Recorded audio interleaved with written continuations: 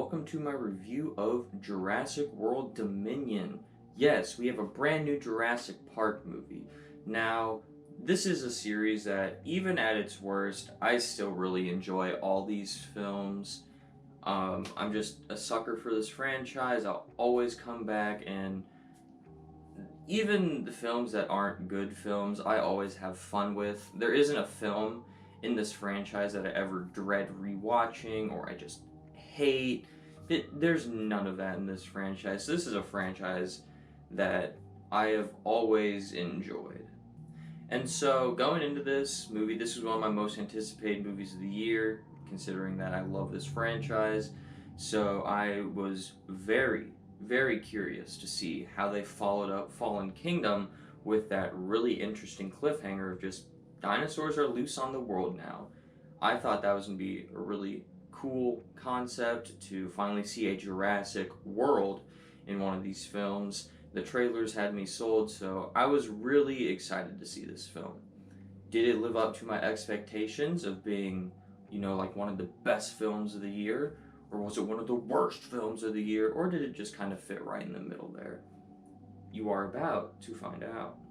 So, starting off with the positives, like I said before, I just love this world. It's just so fun to go into this world and just see dinosaurs back, like on the big screen. I think that's just fun to see, no matter how many times they do a Jurassic Park movie and it's just, dinosaurs. It's always fun for me to see that. I just love seeing that. I love the characters. I just everything about this world I love. Also, this is just a really fun time at the movies. Like, you're just going from place to place and there's like dinosaurs everywhere. There's so many dinosaur action sequences. You got Chris Pratt like riding motorcycles with like velociraptor type things again, like they did in Jurassic World, but they kind of do it again here. That's always fun to see. You have, that the third act where it's just like dinosaur mayhem, the whole shebang. It's really fun to just see dinosaur action occur on the screen. So no matter what I'm about to say in my negatives, I had a grin on my face pretty much the entire time in this film. I laughed numerous times. I was just having a blast while watching this film. I could never take away that from this film for being entertaining and just a super fun time at the movies. And so with those positives out of the way, which is pretty much just that this is just a fun movie and I love this world and I was entertained by this film, we're going to have to move on to our negatives. And unfortunately, the plot here is clunky at best. It's kind of like a Mission Impossible meets Fast and the Furious meets Jurassic Park, if that makes sense. It's just kind of like they took like the espionage side of Mission Impossible, mashed it with the unrealistic reality that is the later Fast and the Furious sequels, but it's set in the Jurassic Park world. I don't really think that works in this world. It's like a espionage trying to uncover all this stuff. It just didn't work for me. The whole central plot involving like locusts that's never like really fully explained, like why this company's doing this thing with locusts. Like, it just doesn't make sense, that whole part of it. And then also how they shoehorn in the legacy characters from the first movie, I didn't think worked. That how they had them come back in the plot purposes, even though it's fun to see them, even though I enjoyed watching them and seeing them interact with our new characters, I didn't think the plot that brought them into the story was necessarily the best. You're just kind of hopping from place to place to place, and you're just like picking up a new character each time. Or like, hey, I remember that guy, or hey, I remember that guy, or hey, this is a new character.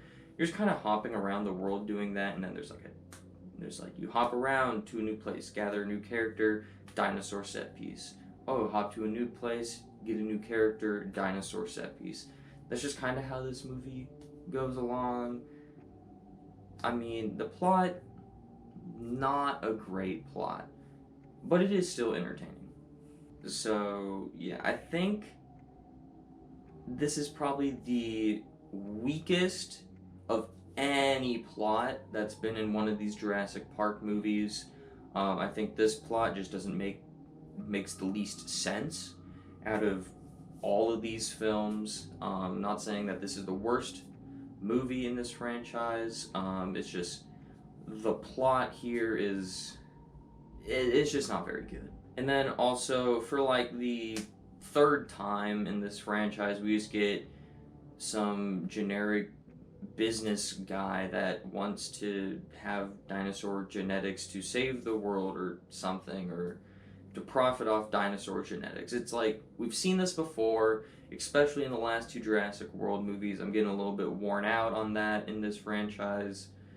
I wish they would have thought of something different for their villain of the film instead of just generic business dude. And like I had previously alluded to, how this movie's kind of part Fast and the Furious, I don't mean that in a sense of like they're flying cars in space like some of those movies go to. No, it's just like the characters in this movie have so much plot armor that it doesn't make sense. Like, when you get to those later Fast and Furious movies, they just like stretch all sense of the word logic. They just throw that word out the window. They just do whatever they want. The characters are invincible in those movies. That's kind of what they do in this movie. They kind of just throw logic out the window at some points just to like have some cool dinosaur action, which yet again I was entertained by, but it's not logical. When you have the first movie that is very grounded in reality, and you see to where this franchise has gotten by the sixth film, where there's some things that just aren't grounded in logic at all, it's about the same pendulum swing as the Fast and the Furious franchise. Maybe not to the extent that the Fast and Furious franchise has gone to, but I think it's a nice comparison. Also, the characters do have quite a bit of plot armor in this film. I mean, our legacy characters are in their 60s, 70s at this point. They get beat up pretty hard. They get hit in the head with rocks and stuff, and they just get up and keep walking like nothing ever happened. They are in cars that get flipped down hills and stuff, just get out and keep walking like nothing ever happened. There's just like a lot of things like that, especially for these older characters. It's like, I feel like something would have happened, So, a lot of plot armor around our main characters there. So, overall, this isn't a great movie. It's not a very good movie in terms of plot, but I would be lying if I didn't tell you that I was entertained throughout the entirety of this film, that I had a grin on my face from pretty much beginning to end. So, yeah, I enjoyed this film for the entertainment value. Is it a great movie? Absolutely not.